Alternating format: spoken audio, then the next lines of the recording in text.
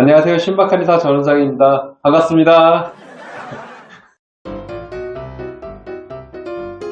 네, 오늘 주제는 일상생활에도 흔히 접할 수 있는 운동기 손상, 급성기에 다쳤을 때 어떻게 대처해야 되나요?에 대한 내용에 대해서 알아볼 건데요.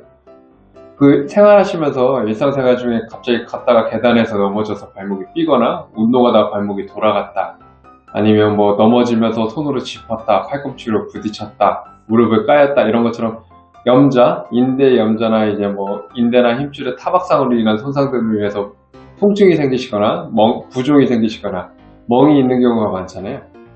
이때 제가 진료 현장에서 많이 환자분들한테 듣는 질문은 이때 얼음찜질이 좋아요? 냉찜질이 좋아요? 아니면 이걸 하시면 며칠 동안이나 해야 돼요?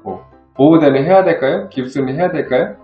아니면 진통제를 먹는 게 좋을까요? 안 먹는 게 좋을까요? 이런 질문들을 자주 하셔가지고 오늘은 일상생활에서 흔히 다쳤을 때 어떻게 하는 게 좋고 하지 말아야 될 건 무엇인지, 그리고 최신의 트렌드는 이렇게 급성기 손상에서 어떤 걸 하는지에 대한 내용에 대해서 알아보는 시간을 갖도록 하겠습니다. 지금까지 운동을 좋아하시거나 아니면 센터나 현장에 계신 분들이 제일 익숙하게 아시는 급성기 손상에서의 대응 프로토콜 매뉴얼은 라이스 요법이 지금까지는 제일 20년 이상 동안 표준 매뉴얼이었습니다. 라이스 요법이란 앞에 약자를 하나씩 딴 건데요. R은 레스트, 휴식이고, I는 아이스, 얼음찜질, 아이싱의 약자고, C는 컴프레션, 그러니까 부종이 생기지 않게 분대로 압박한다든지 테이핑으로 압박한다든지 하는 거고요.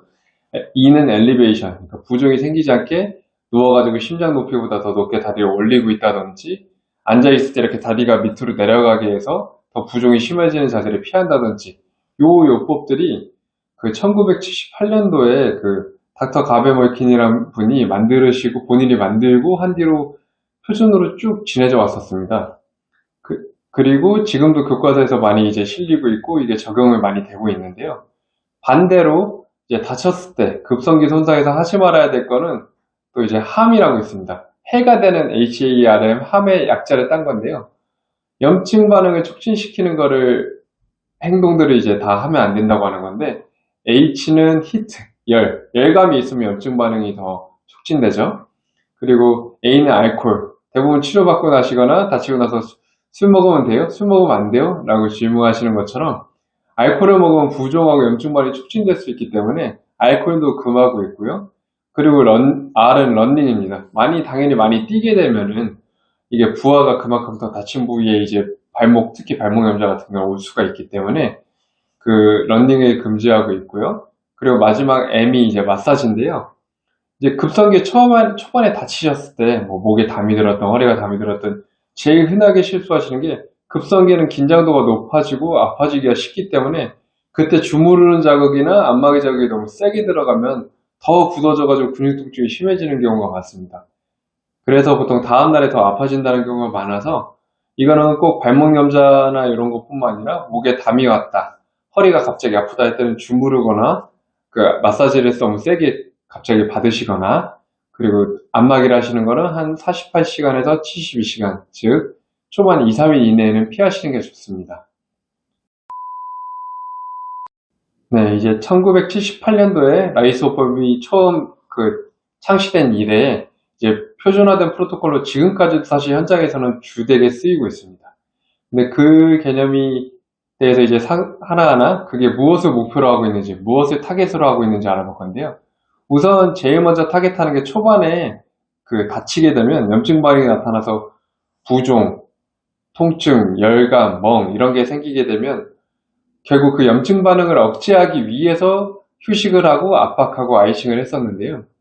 이 개념이 도입돼서 쭉 쓰다가 14년 뒤 정도에 P가 붙어서 프라이스 요법이라는 게 다시 생기게 됩니다. 이거는 라이스 요법 아까 말씀드렸던 레스트, 아이스, 그리고 컴프레션, 엘리베이션에다가 P는 프로텍션, 보호한다는 개념이 들어간 건데요. 이렇게 하고 프라이스로 라이스 요법이 프라이스로 대체됐다가 이후에 또 연구 결과들이 밝혀지게 됩니다. 단순하게 쉬고 하는 것보다는 적정한 내가 감당할 수 있는 수준의 부하 무게가 걸리면은 그게 세포 재생을 촉진하기 때문에 그게 가만히 쉬고 있어서 얻는 이득보다 그 장기적으로 봤을 때 근육의 회복이 더 좋다, 상체 회복이 더 좋다라는 게 밝혀져서 이후에는 이제 폴리스요법이라는 개념이 나타나게 됩니다. 이제 P는 프로텍션은 그대로고요. 그 리스의 폴에서 이제 O하고 L은 옵티멀 로딩이라 해서 이제 점진적인 그 체중 부하 여기 들어가고, C는 컴프레션, 엘리베이션에서 그대로입니다. 이런 상태가 다 있다가, 그리고 이제 아이스, 폴리스니까 이제 아이스가 있다가 더 시간이 지남에 따라서 연구 결과들이 다 밝혀지면서 아이스요법이 초반에 하는 게 원래 의도는 그 염증 반응을 최소화해서 통증하고 부종을 줄여서 편안하게 해준다는 거였는데, 반면에 염증 반응이 일어나야 그 신호가 뇌로 전달되면서 그 상처된 손상된 부위에 이제 회복하는 물질들이 가고 새로운 조직으로 바뀌는 과정들이 나타나는데요. 그 과정을 차갑게 해서 아이싱이 적용되는 게 지연시킬 수 있다. 그래서 이게 장기적 관점에서 회복에 있어서는 더 좋지 않은 거다라는 개념이 도입되면서 아이스를 빼야 된다라는 이제 논문들이 계속 추가적으로 밝혀졌습니다.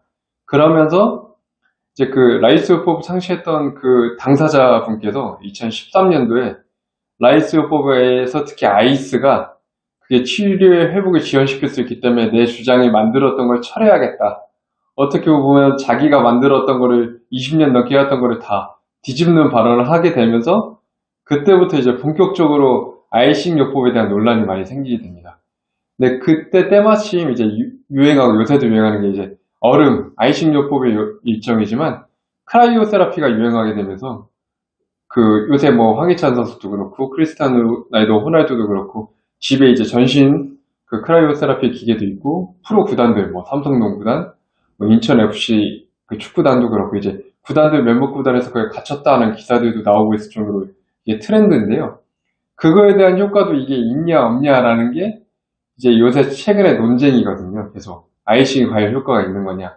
그래서 제가 지금 수료 중인 그 IOC 스포츠 메디슨 디플로마라고 해서 스포츠의학 전문가 과정이 있습니다. 거기서도 최근 과제가 크라이오세라피를 비롯한 이제 얼음의 적용이 과연 급성기 스포츠 손상에 이게 도움이 되는 거냐.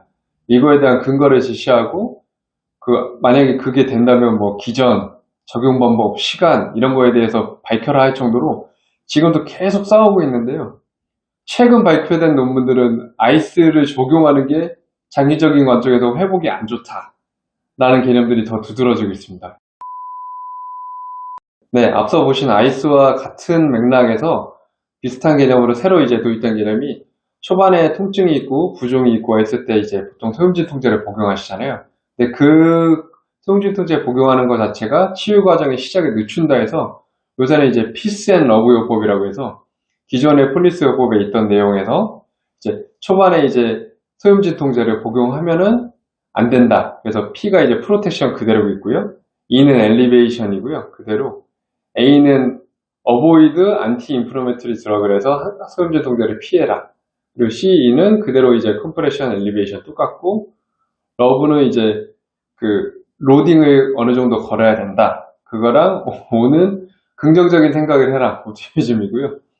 그리고 V는 이제 혈액순환을 촉진해서 염증 물질이 개선되고 회복 물질이 빨리 가야 된다 해서 이제 베스큘라이제이션이고, E는 거기서가 이제 이런 거에 대해서 알아야 된다 해서 에듀케이션이라는 새로운 개념이 도입되고, 이 개념이 이제 2019년도에 이제 표준 매뉴얼로 이제 하겠다라는 식으로 이제 논문에서는 밝혀져 있는데요. 아직까지는 저도 이제 올해 팀다터 그 출장 그렇고 진료 현장에서도 그렇고, 즉 갑작스럽게 부종이 올라오고 통증이 심했을 때는 초반 한 2, 3일 이내에는 아이싱을 적용하는 게 부종하고 진통 효과에는 효과가 없다라는 거에 대한 거는 부정하지 않습니다. 지금 이 논문 기조들도 이것들이 이제 장기적으로 쭉 오래 적용했을 경우에 이제 치유 과정 회복을 이제 더디게 해서 안 좋을 수 있다는 거지, 초반기에 이제 그 아이싱 요법의 적용이 부종하고 통증을 효과가 없다는 건 아니기 때문에 아직까지는 이제 요새 트렌드는 이렇게 바뀌어서 장기적으로 이제 회복이 빨리 되게 하는 거구나. 그래서 근육 손실도 없고 빨리 리턴 투 플레이라고 하죠. 현장에 빨리 돌아가고, 그리고 이제 고유정성 감각이라는 게 있는데, 내가 이런 동작을 했을 때 이 위치에 이런 동작을 하게끔 근육을 쓴다, 내 골격을 쓴다, 이것들이 회복되게 하는 개념에서 나온 거기 때문에 아직까지는 집에서 평상시에 이제 주무실 때 특히 밤에도 아프고 쑤시고 열감 있고 아프시고 할 때는 아이싱을 굳이 피하실 필요는 없습니다. 예전처럼 그 프레스 요법 개념처럼 적용을 하셔도 아직 일상생활 하실 때는 급성기 대처 요령으로 집에서 하실 수 있는 거는 추천드리는 방법 중에 하나로 그대로 남아 있습니다. 오늘은 지금까지 이제 급성기 운동 손상에서 내가 통증이 있고 붓고 아플 때 어떻게 대처하면 좋을까에 대한 내용에 대해서 살펴봤는데요. 간단한 방법들이니까 집에서도 불편한 증상이 있고 아프실 때 적용해 보실 것을 추천드립니다. 이제 다음번에도 더 유익하고 알찬 정보로 찾아뵙도록 하겠습니다. 감사합니다.